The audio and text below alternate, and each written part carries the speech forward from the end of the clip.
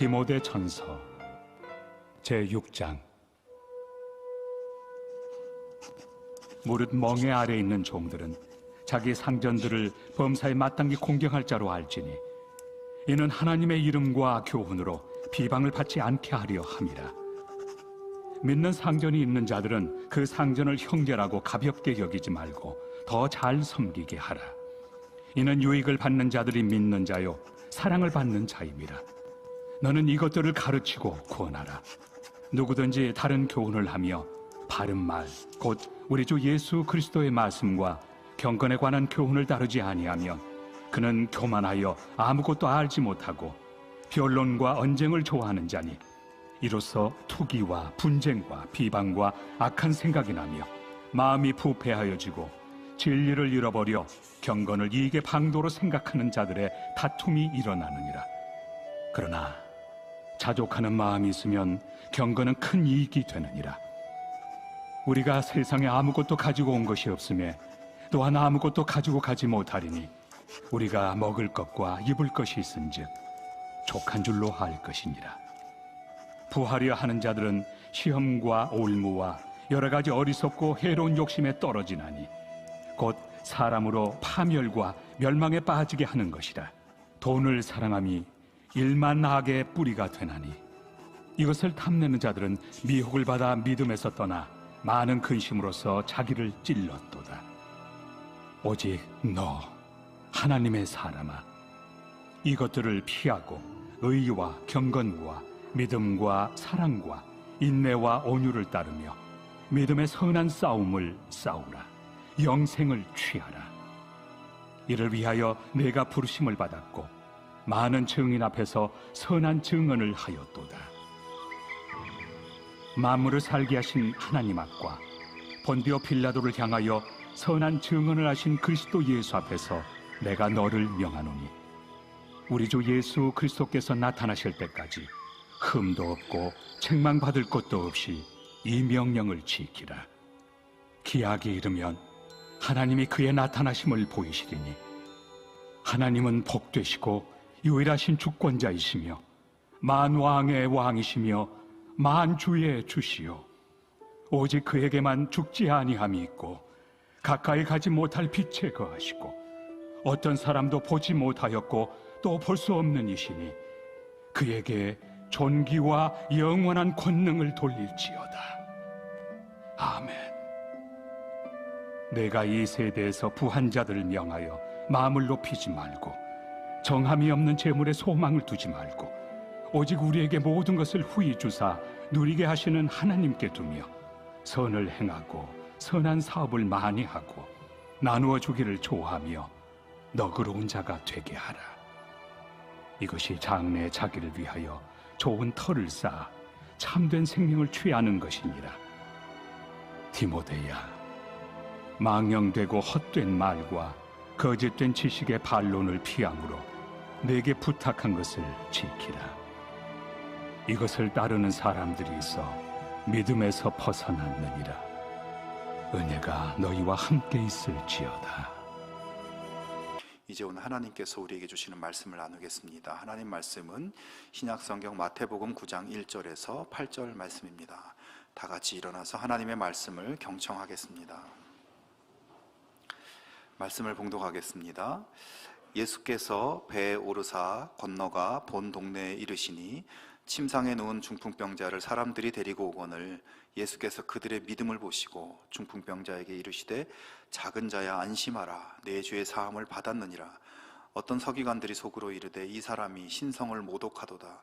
예수께서 그 생각을 아시고 이르시되 너희가 어찌하여 마음에 악한 생각을 하느냐. 내 죄의 사함을 받았느니라 하는 말과 일어나 걸어가라 하는 말 중에 어느 것이 쉽겠느냐. 그러나 인자가 세상에서 죄를 사하는 권능이 있는 줄을 너희로 알게 하려 하노라 하시고 중풍병자에게 말씀하시되 일어나 내 침상을 가지고 집으로 가라 하시니 그가 일어나 집으로 돌아가거늘 무리가 보고 두려워하며 이런 권능을 사람에게 주신 하나님께 영광을 돌리니라. 아멘. 이것은 하나님의 말씀입니다. 아멘. 오늘의 말씀은 예수님께서 중풍병자를 고쳐주신 이야기입니다. 그런데 이 사건은 다른 성경의 치유 사건들과는 조금 다른 아주 독특한 부분들이 많이 있습니다. 예수님께서는 원래 갈릴리 호수 주변에 나사렛이라고 하는 동네에 사셨습니다. 나사렛이 예수님의 고향인 것이죠. 그러나 예수님이 사역을 시작하실 때쯤에는 이 나사렛에서 가버나움이라는 동네로 이사를 하셨고, 가버나움을 거점으로 해서 갈릴리 호수 주변에서 많이 사역을 하셨습니다. 오늘 본문에서는 예수님께서 갈릴리 주변의 가다라라고 하는 지방에서 귀신 들린 사람을 치유해 주시고 다시 가버나움으로 돌아오셨을 때 벌어진 일입니다. 이때의 상황을 오늘 마가복음에서는 조금 더 자세하게 설명을 해주고 있는데, 마가복음 2장 1절 2절을 보면 예수께서 다시 가버나움에 들어가시니 집에 계시다는 소문이 들린지라 많은 사람이 모여서 문 앞까지도 들어설 자리가 없게 되었는데 예수께서 그들에게 도를 말씀하시더니 라고 좀 더 자세한 설명을 하고 있어요. 예수님이 동네로 돌아오셨다는 소식을 사람들이 듣고 예수님이 계신 집으로 몰려든 것입니다. 집 안으로 들어와서 예수님 주변에 빼곡하게 사람들이 들어찼습니다. 집 안에 더 이상 사람들이 있을 공간이 없으니까 아예 대문을 열어놓고 집 밖까지 사람들이 몰려들어서 창문을 통해서 안을 들여다보는 사람, 또 밖에서 예수님이 뭐라고 말씀하시는지 말씀이라도 들으려는 사람들로 문 밖까지 사람들이 가득 차 있었습니다. 자, 그런데 그때 아주 황당한 사건이 벌어집니다. 예수님이 한참 말씀을 전하시는데 갑자기 천장에서 흙먼지가 떨어지더니 천장에 큰 구멍이 뚫리고 그 구멍으로부터 사람이 누워있는 침상이 줄에 매달려서 예수님 앞으로 내려오는 것입니다. 그 침상에 눕혀있는 사람은 중풍병자였습니다. 여러분, 이 장면이 단 몇 줄로, 몇 개의 단어로 표현되어 있지만 굉장히 흔치 않은 일이 벌어진 것이에요.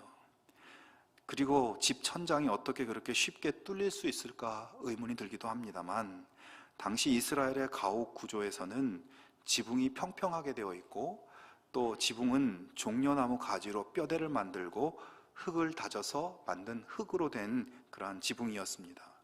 지붕이라기보다는 옥상 같은 그런 구조이죠. 그리고 옥상에 올라가기 쉽도록 계단을 옆에 만들어 두었습니다.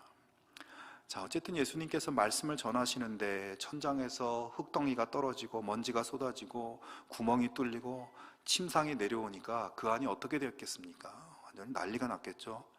예수님을 비롯한 사람들은 도대체 누가 이런 말도 안 되는 짓을 하는지 구멍 뚫린 천장을 올려다보았겠죠. 거기에는 침상을 줄로 매달아서 내린 4명의 사람들이 보였습니다. 자, 여러분, 지금 이런 황당한 일을 벌이고 있는 이 4사람, 여러분은 어떻게 생각하십니까? 도대체 무슨 사연이 있는지는 모르겠지만 우선 남의 집 지붕을 이렇게 마구 파손하는 행동은 범죄에 가까운, 아니 남의 집을 부쉈으니까 이건 범죄 행위죠. 그리고 그 안에 모여있는 사람들이 다칠 수도 있는 위험한 행동입니다. 그리고 말씀을 전하시는 예수님과 그의 말씀을 듣고 있는 수많은 사람들을 방해하고 피해를 입힌 행위이죠. 아무리 잘 봐주려고 해도 봐줄 수가 없는 행동을 이들이 벌이고 있습니다. 자, 그런데 여러분, 이들은 왜 이렇게 무례하고 위험한 행동을 하는 것일까요? 그 목적이 무엇입니까?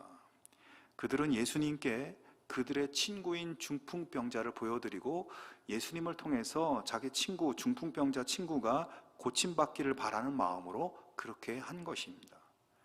사람들은 아무리 중풍병자가 급해도 어떻게 그렇게 남의 집 지붕을 뚫고 사람들이 모여있는 이 집안을 이 지경으로 만드냐, 도대체 그게 뭐냐, 남의 집을 이렇게 부숴놓으면 어떡하냐. 여러분, 사람들은 대부분 그런 반응이지 않겠습니까? 어느 누구도 그 사람들이 그럴만했다고, 그럴 수 있는 행동이라고 비난받을 만하지 않다고 할 사람은 없지 않았겠습니까? 하지만 여러분, 이들의 이러한 행동을 그렇게 보지 않는 단 한 사람이 있었습니다. 그 사람은 바로 예수님이시죠. 본문 2절에 보면 침상에 누운 중풍병자를 사람들이 데리고 오거늘 예수께서 그들의 믿음을 보시고 중풍병자에게 이르시되 작은 자야 안심하라, 네 죄 사함을 받았느니라 말씀하십니다. 여러분, 예수님은 그들의 믿음을 보시고 지금 남의 집 지붕을 깨고 사람을 밑으로 보낸 바로 그들의 믿음을 보시고 그들의 소원을 들어주셨다고 말씀합니다.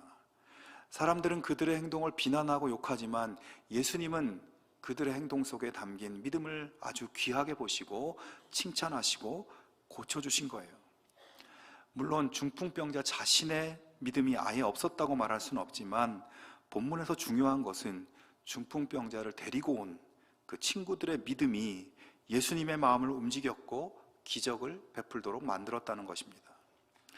여러분, 사실 오늘 본문 전체를 읽어보면 이 사건에서 가장 중요한 핵심은 예수님이 병을 치유하실 뿐 아니라 사람이 죄를 사해 주시는 권세를 하나님께서 이 아들이신 예수에게 주셨다. 그래서 이 아들이신 예수님이 바로 하나님의 아들이시다. 죄를 사하는 하나님의 권세를 가지신 하나님의 아들이시다라는 것을 밝혀주는 그런 본문이에요. 하지만 오늘 우리는 예수님의 이 특별한 반응, 그들의 믿음을 보시고 그들의 소원을 들어주신 주님의 반응을 통해서 우리에게 주시는 신앙적인 교훈과 가르침을 한번 생각해 보려고 합니다.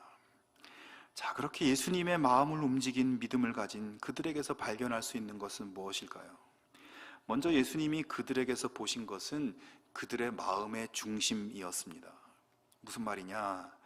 지금 어쩌면 이 무례하고 위험하고 말도 안 되는 행동을 하고 있는 이 사람들의 마음이 무엇인가? 그들의 마음의 중심을 주님께서 꿰뚫어 보셨다는 것이에요. 여러분, 주님이 보신 그들의 마음의 중심은 중풍병자 친구를 향한 넓고 깊은 긍휼의 마음이었습니다. 친구의 고통을 공감하고 그 고통을 불쌍히 여기고 그 친구가 치유되기를 바라는 진실한 긍휼의 마음. 그들은 남의 집 지붕을 뜯어냄으로써 이제 그 지붕 수리비를 보상해 줘야 됩니다. 사람들이 다치기라도 했다면 치료비도 물어줘야 됩니다. 사람들에게 욕먹는 것, 비난받는 것도 감수해야 됩니다. 하지만 그들은 자기 친구를 예수님께 보여드려서 치유받을 수만 있다면 지붕 수리비, 치료비, 욕먹는 것 얼마든지 우리가 다 감수하고 우리가 다 하겠다는 그런 마음인 것이죠. 그 어느 것도 친구를 불쌍히 여기는, 긍휼히 여기는 그 마음을 막을 수가 없는 것이었습니다. 여러분, 예수님께서 가르치신 말씀 가운데 그런 말씀이 있습니다. 긍휼히 여기는 자는 복이 있나니 그들이 긍휼히 여김을 받을 것이며 너희 아버지의 자비로우신 같이 너희도 자비로운 자가 되라. 자, 예수님께서는 친구의 아픔을 자기 아픔처럼 여기고 친구의 고통과 괴로움을 자기 고통으로 여기면서 함께 아파하고 돕기를 원하는 그들의 마음의 중심을 보셨습니다. 그 마음을 귀하게 여기셨습니다. 그리고 그렇게 친구를 긍휼히 여기는 자들을 예수님도 긍휼히 여겨주셨습니다. 지난 시간에 광고 드린 대로 튀르키예와 시리아에 엄청난 지진이 발생해서 수만 명이 희생당했다는 소식이 들려왔습니다. 여러분, 그 뉴스를 보면 어떤 느낌이 드십니까? 건물이 무너져 폐허가 되고 수많은 사람들이 고통 가운데 울부짖는 모습을 보면서 참 안타깝게 됐구나, 참 안 됐다, 그런 생각이 들기도 하고, 또 우리나라는 지진 발생이 잘 안 되는 지역에서 참 다행이다, 이런 생각도 할 수 있겠죠. 여러분은 어떤 생각이 들었습니까? 아니면 저분들의 고통이 나의 고통이고 저기서 돌아가신 분이 나의 가족처럼, 나의 친구처럼 느껴집니까? 우리가 그런 고난의 현장을 볼 때 피상적으로 불쌍한 마음을 가지는 것, 그것은 누구나 다 하는 것이에요. 그것을 넘어서서 함께 아파하고 함께 고통을 느끼는 그런 마음이 바로 긍휼의 마음인 것입니다. 예수님은 바로 그런 우리의 마음의 중심을 귀하게 여기신다. 그리고 그 긍휼의 마음을 받으시고 우리를 긍휼하게 대해 주신다고 말씀하고 있습니다. 여러분, 우리 교회에는 중보기도 사역이 있습니다. 저는 이 중보기도 사역은 기도 사역이지만 이 사역의 본질은 바로 긍휼 사역이라고 생각하고 있습니다. 중보기도 사역을 하면 많은 성도들의 안타까운 기도 제목, 간절한 기도 제목들, 이것을 만나게 되죠. 정말 아픈 이야기들을 만나게 됩니다. 질병의 고통과 마음의 고통과 여러 가지 어렵고 힘든 문제들을 만나는데, 그런데 중보기도 사역의 가장 근본적인 정신은 그런 기도 제목을 보고 함께 안타까워하고 함께 아파하고 주님의 마음으로 긍휼히 여기고 불쌍히 여기고 그들의 아픔을, 그들의 고통을 나의 고통인 것처럼, 나의 기도 제목인 것처럼 기도하면서, 받아들이면서 기도하는 것이죠. 저는 지금도 잊지 못하고 기억하는 한 장면이 있습니다. 우리 교회에서 2017년에 처음으로 중보기도 사역을 한 10명 정도 모여서 시작을 했는데, 함께 모여서 질병으로 고통받는 환우들을 위한 그룹 기도의 시간이었습니다. 한 분 한 분 이름과 병의 상태를 하나님께 올려드리면서 새벽에 기도를 했는데, 거기 모인 모든 사람들이 정말 그 기도 제목 하나하나를 자기가 아픈 것처럼, 자기 고통인 것처럼, 자기 가족들, 자기 자녀의 아픔인 것처럼 마음을 다해서 울면서 그날 같이 기도를 드렸어요. 여러분, 그때 그곳은 예수님의 거룩한 긍휼로 충만해져 있었습니다. 중보기도는 그런 마음의 사역인 것입니다. 여러분, 내 주변 사람들을 향해서 긍휼의 마음을 품으실 수 있기를 바랍니다. 주님이 그 마음의 중심을 보시고 우리를 긍휼히 여겨주실 것입니다. 그래서 주님의 긍휼의 축복을 풍성하게 누리는 우리 모두가 될 수 있기를 주님의 이름으로 축원합니다. 두 번째로 예수님이 보신 것은 예수님께 데려가기만 하면 분명히 예수님께서 고쳐주실 것이라는 확신, 그 믿음이었습니다. 그들은 아무리 예수님이어도 중풍병을 어떻게 고치겠냐, 그런 의심을 하지 않았어요. 그리고 그들은 아무리 우리가 이렇게 되지 않는 행동을 하고 무례해 보이는 행동을 하더라도 예수님은 우리를 꾸짖지 않으시고 쫓아내지 않으시고 우리를 받아주실 것이라는 확신이 있었습니다. 그런 믿음이 있으니까 무슨 수를 써서라도 예수님 앞에 가기만 하면 될 거라고 생각하고 그렇게 행동을 한 것이죠. 여러분, 우리에게 이런 확신이 과연 있는지 한번 우리 스스로를 돌아볼 수 있으면 좋겠습니다. 우리는 주님에 대한 의심이 있지는 않은지 스스로 생각해 볼 수 있기를 바랍니다. 여러분, 우리가 믿는 예수님은 하늘과 땅의 모든 권세를 가지신 하나님의 아들이십니다. 지식의 한계가 없고 능력의 한계가 없고 시간과 공간의 한계가 없으신 무한하신 하나님입니다. 여러분, 그 예수님이 바로 저와 여러분을 개인적으로 알고 계시고 긍휼히 여기시고 사랑하시고 저와 여러분에게 가장 좋은 것을 주시는 분이시다. 여러분, 이것을 정말 확실히 믿으실 수 있으시겠습니까? 예수님이 바로 나의 죄를 대속해 주셨고 나에게 영생을 주시기 위해서 십자가에서 대신 피 흘려 죽으셨다는 것을, 바로 나를 위해서 그렇게 하셨다는 것을 확실히 믿으십니까? 그리고 그 예수님이 과거에 그렇게 하셨을 뿐만 아니라 오늘도 나를 위로하시고 나를 도와주기를 원하고 그렇게 나와 함께 하고 계시다는 것을 여러분 확실히 믿으십니까? 여러분, 그 믿음을 확실히 할 수 있기를 바랍니다. 의심하지 말고 믿으실 수 있기를 바랍니다. 여러분, 세상 말로 믿는데 돈이 듭니까? 뭐가 듭니까? 그냥 여러분 마음으로 예수님은 나에게 그런 분이라고 받아들이기만 하면 되는 거예요. 우리가 그 믿음을 확실히 가지고 주님 앞에 나아가면 주님은 우리의 믿음을 보시고 응답해 주신다는 것을 오늘 본문에서 정확하게 보여주고 있어요. 그리고 그런 믿음은 우리 자신뿐 아니라 다른 사람까지 살리는 위대한 능력이 된다는 것을 오늘 본문은 보여주고 있습니다. 내가 그런 믿음의 확신을 가지고 나의 친구를 위해 기도하고 나의 가족을 위해서 기도하면 그들이 복을 받고 그들이 아픈 것이 치유되고 그들의 문제가 해결되고, 여러분, 내 믿음의 확신의 기도 때문에 그런 일이 벌어진다는 것을 한번 상상해 보십시오. 여러분에게 도전하고 싶습니다. 정말 예수님이 나의 주님이고 나의 해결자고 나의 구원자이시다. 주님께 가기만 하면 주님이 가장 좋은 응답을 주신다. 이렇게 믿고 의심하지 말고 믿음으로 기도해 보기 바랍니다. 그 믿음을 보시고 예수님 분명히 역사해 주실 것입니다. 어떤 목사님의 말씀에서 그런 이야기를 들었습니다. 우리 7, 80년대에 우리 한국 교회에는 성령 운동이 크게 일어났었습니다. 그 성령 운동의 중요한 현장 중에 한 곳이 바로 여기 가평 가는 길에 한월산 기도원이라는 곳이 있어요. 여러분, 우리 좀 연세가 있으신 분들은 다 들어보셨고 가보신 분도 많을 것 같아요. 그 기도원에서 성령 운동을 이끄시던 분이 이천석 목사님이라는 분이 계셨는데, 당시에 병자들도 많이 고치고 기적적인 성령의 역사들이 많이 나타났다고 합니다. 하루는 이 목사님이 기차를 타고 어디를 가고 계셨는데, 그 기차 안에 다리를 쓰지 못하는 한 젊은이가 있더랍니다. 목사님 마음에 그 순간에 이 청년을 붙들고 기도하면 하나님께서 고쳐주실 것이라는 그런 마음이 막 뜨겁게 생기더라는 거예요. 그래서 용기를 내서 그 기찻간에서 청년을 붙들고 열심히 기도를 하셨다고 합니다. 어떻게 되었을까요? 참 민망하게도 다리가 낫지를 않고 아무 일도 일어나지 않더라는 겁니다. 목사님이 조금 망신을 당하고 창피를 당한 것이죠. 하지만 그로부터 1년 후 한월산 기도원에 한 청년이 찾아왔더랍니다. 그 청년은 바로 그 기찻간에서 만났던 다리를 쓰지 못했던 청년인데, 자기 발로 걸어서 그 기도원을 찾아온 거예요. 청년이 간증을 하는데, 그때 기차에서 목사님이 기도해 주실 때 아무 일도 일어나지 않아서 실망하면서 집에 갔는데, 그로부터 집에서 생활하면서 차츰차츰 정말 조금씩 다리가 나아지더니 어느 순간 자기가 스스로 걷고 있더라는 겁니다.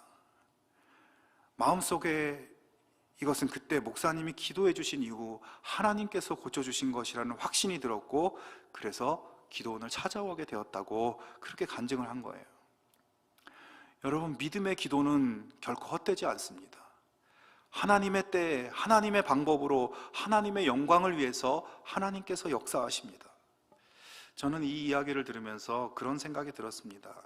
만약 그 기차 안에서 목사님이 기도할 때 하나님이 곧바로 그 시간에 고쳐주셨다면 어떻게 되었을까?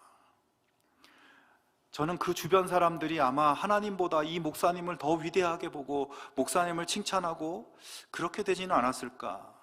그래서 목사님이 아주 곤란해지고 잘못하면 목사님이 하나님의 영광을 대신 받게 되고 그런 위험들이 생기지 않았을까? 그래서 하나님은 가장 좋은 타이밍, 가장 좋은 방법으로 역사하신 것이 아닐까, 그런 생각이 들었습니다. 여러분, 주님은 우리의 믿음을 보십니다. 예수님을 나의 주님으로, 나의 구원자로 존중하고 경외하고 사랑하는 마음, 그 확신을 보십니다. 그리고 그런 확신을 가지고 주님께 기도하면 주님은 반드시 어떤 형태가 되었든 언제가 되었든 반드시 역사하십니다. 여러분, 이 믿음을 새롭게 할 수 있는 여러분이 되실 수 있기를 주님의 이름으로 축원합니다. 세 번째, 주님이 보신 것은 그들의 믿음의 행동이었습니다. 여러분, 이 중풍병자의 친구들에게는 정말 친구를 불쌍히 여기는 그런 긍휼의 마음이 있었어요. 그리고 예수님이 고쳐주실 것을 확신하는 믿음도 있었습니다. 자, 그런데 여러분, 그 긍휼의 마음, 예수님에 대한 확신, 이것이 어떻게 나타났습니까? 여러분, 긍휼의 마음, 확신 있는 믿음, 그런 것은 눈에 보이는 것이 아닙니다. 여러분, 마음이 보이십니까? 믿음이 눈에 보입니까? 사랑이 보입니까? 그런 것들은 보이지 않는 것들이에요. 하지만 그런 것들이 보이는 경우가 딱 한 가지 있습니다. 그것은 그런 마음, 그런 믿음이 실제적인 행동으로 나타날 때입니다. 자, 중풍병자 친구들이 긍휼의 마음이 있었어요. 불쌍히 여기는 마음, 주님에 대한 확신이 있었습니다. 이것을 가지고 중풍병으로 괴로워하고 꼼짝도 못하는 친구 집으로 달려가서 그를 침상에 옮겨 눕히고 4명의 친구들이 그 내귀퉁이에서 낑낑거리며 그 뜨거운 사막 지역에서 예수님이 계시는 집까지 옮겨가는 그 행동으로 그 마음과 그 믿음이 나타났습니다. 사람들이 가득 몰려 있으니까 예수님 앞으로 갈 수 없으니까 그 옆에, 건물 옆에 계단으로 침상을 들쳐매고 낑낑거리면서 기어 올라갑니다. 옥상에 올라가서 단단하게 다져진 흙바닥을 다 파헤치고 구멍을 내서 침상을 내려보냅니다. 여러분, 이 침상을 내려보낼 때 이 4사람이 균형을 잘 맞추고 수평을 잘 맞춰야지, 잘못하면 침상 위에 눕혀있는 친구가 바닥에 떨어져서 크게 다칠 수도 있습니다. 정말 조심하지 않으면 안 돼요.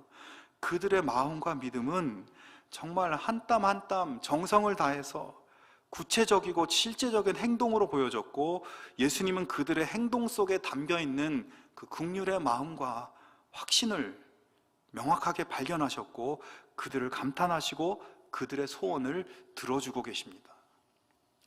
여러분, 믿음은 행함으로 나타나고 행함이 없는 믿음은 헛것이고 죽은 믿음이라고 성경은 말하고 있습니다.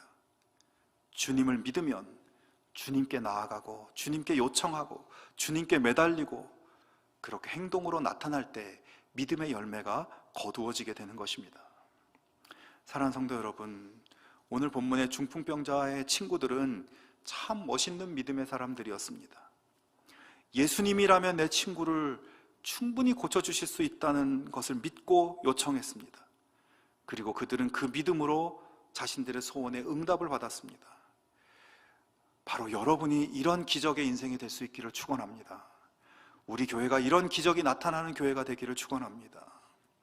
오늘 말씀은 우리 믿음의 사람들이 서로를 위해서 기도하는 것이 얼마나 큰 능력으로 나타나는지를 가르쳐주고 있습니다. 내가 우리 자녀를 위해서, 남편을 위해서, 아내를 위해서, 부모, 형제, 가족, 식구들을 위해서 내가 믿음으로 기도할 때 주님은 내 믿음을 보시고 내 기도를 들으시고 그들의 문제를 해결해 주신다는 거예요. 본문의 네 사람처럼 우리 옆에 아픈 사람들, 괴로움과 절망 가운데 있는 사람들, 안타까운 상황에 있는 사람들을 위해서 내가 믿음으로 기도할 때 주님은 나의 믿음, 우리의 믿음을 보시고 그 사람들을 고쳐주시고 그 사람들을 절망에서 건져주시는 기적을 베풀어 주신다는 것입니다. 여러분, 우리는 어쩌면 나도 모르는 사이에 누군가 나를 위해서 기도하고 있는 그 기도로 인해서 오늘 여기까지 온지도 모릅니다. 그리고 이제 나도 누군가를 위해서 기도하고 나의 믿음의 기도 때문에 누군가가 축복과 기적을 누리게 되는 그런 놀라운 일들이 일어나게 될 것입니다. 우리 교회에서 3월부터 시작하는 소그룹은 바로 그런 기도의 기적이 일어나고 긍휼이 세워지는 공동체 사역입니다. 여러분, 우리는 누구나 살면서 우리 자신이 중풍병자 같은 힘든 상황 속에 들어가게 될 수도 있다는 것을 기억해야 됩니다. 내가 이 본문의 저 중풍병자처럼 침상에 누워서 꼼짝도 못하고 말도 제대로 할 수 없는 것과 같은 그런 무기력과 절망의 상황 속에 내가 거기에 들어갈 수 있다는 그런 경우가 없다고 누가 장담합니까? 여러분, 그런 상황이 벌어졌을 때 희망은 무엇입니까? 내 옆에 믿음의 친구들이 있는가 없는가? 내 옆에 믿음의 친구가 있어서 나와 나의 문제를 주님 앞으로 끌고 나가서 주님께 올려드리는 그런 기도의 친구가 내 옆에 있는가? 여러분, 이것이 희망의 열쇠입니다. 그리고 또 내가 내 주변 사람들에게 그런 친구가 되어줄 수 있는가? 그것이 희망의 열쇠입니다. 우리가 서로에게 그런 사람들이 되고 있는가? 우리 모두의 삶이 서로가 힘이 되고 서로가 기도가 되는 그런 희망과 축복의 삶이 되기를 주님의 이름으로 축원합니다. 우리 함께 기도하겠습니다. 하나님 아버지, 우리의 마음속에 긍휼의 마음과 예수님에 대한 굳은 확신과 구체적인 믿음의 행동이 나타나는 멋있는 믿음의 길을 걸어갈 수 있게 하여 주시옵소서. 우리 가정과 공동체 속에서 서로를 긍휼히 여길 줄 아는 귀한 마음을 품을 수 있게 하시고 믿음으로 격려하며 간절하게 기도함으로 주님의 기적의 역사를 함께 맛볼 수 있게 하여 주시옵소서. 공고한 이 땅 위의 삶 속에 믿음의 친구들을 저희들에게 허락해 주심을 감사합니다. 주님이 허락하신 믿음의 친구들과 함께 사랑의 공동체를 세워가는 우리 모두가 되게 하여 주시옵소서. 예수님의 이름으로 기도하옵나이다. 아멘.